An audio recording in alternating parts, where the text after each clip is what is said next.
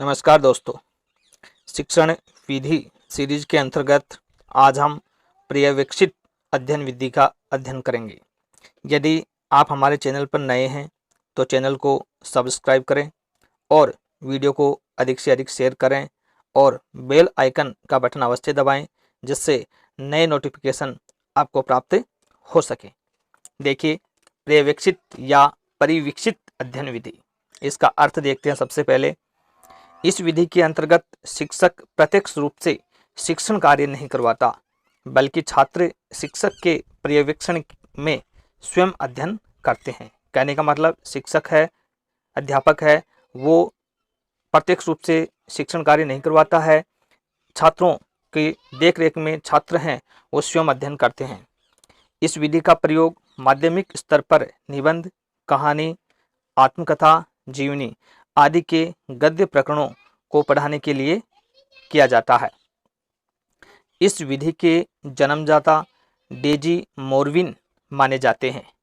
इस विधि में छात्र अधिक सक्रिय रहते हैं, क्योंकि छात्र हैं एक तरह से स्वाध्याय करते हैं, इसलिए छात्र हैं वो अधिक सक्रिय रहेंगे। अतः यह छात्र प्रधान विधि मानी जाती है। छात्र स्वयं अनुशासन में रहकर स्वाध्याय करते हैं, खुद अध्ययन करते हैं, जिससे उनमें सामाजिक कुशलता का विकास भी होता है। दो तथ्य यहाँ पर महत्वपूर्ण हैं। एक तो इस विधि के जन्मदाता हैं वो डेजी मोरविन हैं, और छात्रों में स्वाध्याय है और अनुशासन का गुण पैदा होता है। अब देखिए परिभाषाएं इसकी। नंबर 1, बाइनिंग एंड बाइनिंग के अनुसार पर्यवेक्षित अध्ययन से हमारा आशय अध्यापक द्वारा कक्षा अथवा विद्यार्थियों के समूह का उस समय निरीक्षण करने से है जब वे अपनी डेस्कों अथवा मेजों पर कार्य करने में संलग्न रहते हैं। यानी छात्र हैं वो अपने आप अपनी डेस्क, मेज, जो टेबल हैं उस पर अध्ययन करते हैं, वो टीचर की देखरेख में करते हैं।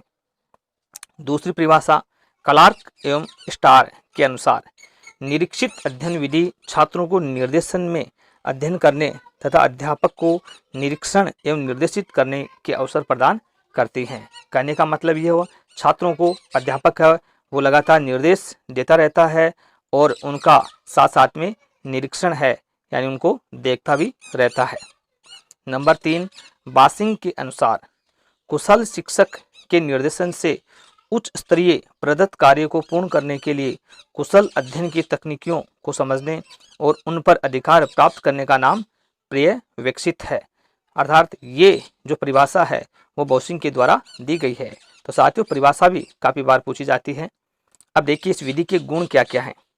इस विधि से छात्रों में सामूहिक भावना का विकास होता है, यानी छात्र हैं आपस में एक जगह बैठकर एक समूह के रूप में अध्ययन करते हैं, तो सामूहिक भावना विकसित होती है। यह प्रजातांत्रिक सिद्धांतों के अनुकूल है।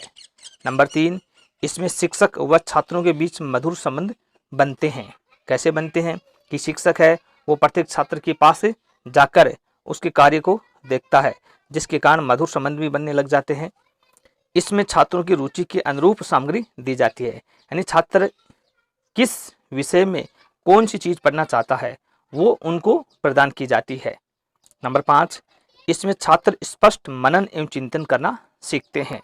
नंबर 6, छात्र सक्रिय रहते हैं एवं स्वावलंबी बनना सीखते हैं, क्योंकि खुद अध्ययन करेंगे तो स्वावलंबी का गुण पैदा होगा। लेकिन फिर भी इसकी कुछ कमियां हैं, दोष हैं। वो कौन कौन से हैं देखिए। कुशाग्र बुद्धि के बालकों को लाभ नहीं, मतलब जो तेज बुद्धि वाले बालक होते हैं उसको इस विधि से कम लाभ होता है, क्योंकि बहुत सी चीज़ें हैं उनको पहले से आती हैं, इसलिए उनको ज़्यादा लाभ इस विधि से नहीं हो पाता है। नंबर 2, छोटी कक्षाओं के लिए उपयोगी नहीं है, क्योंकि छोटे बच्चे हैं वो स्वाध्याय नहीं कर पाते हैं।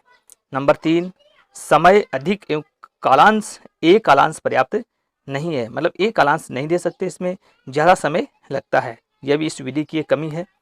नंबर 4, समय व श्रम यानी मेहनत है वो अधिक लगती है।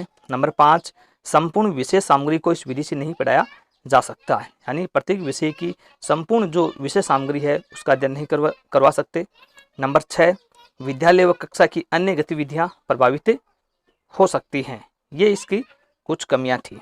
अब देखिए कुछ अन्य महत्वपूर्ण तथ्य भी हैं इसके।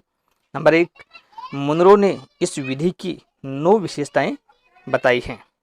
नंबर 2, इस विधि का विभाजन 3 प्रकार से किया गया है। नंबर 1 है कालखंड विभाजन योजना। नंबर 2 द्विकालखंड योजना, नंबर 3 सामाजिक योजना। यह कुछ विशेष जानकारी थी इस विधि की।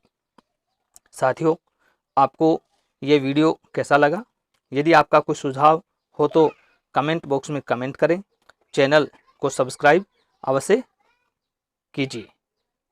तो धन्यवाद साथियों।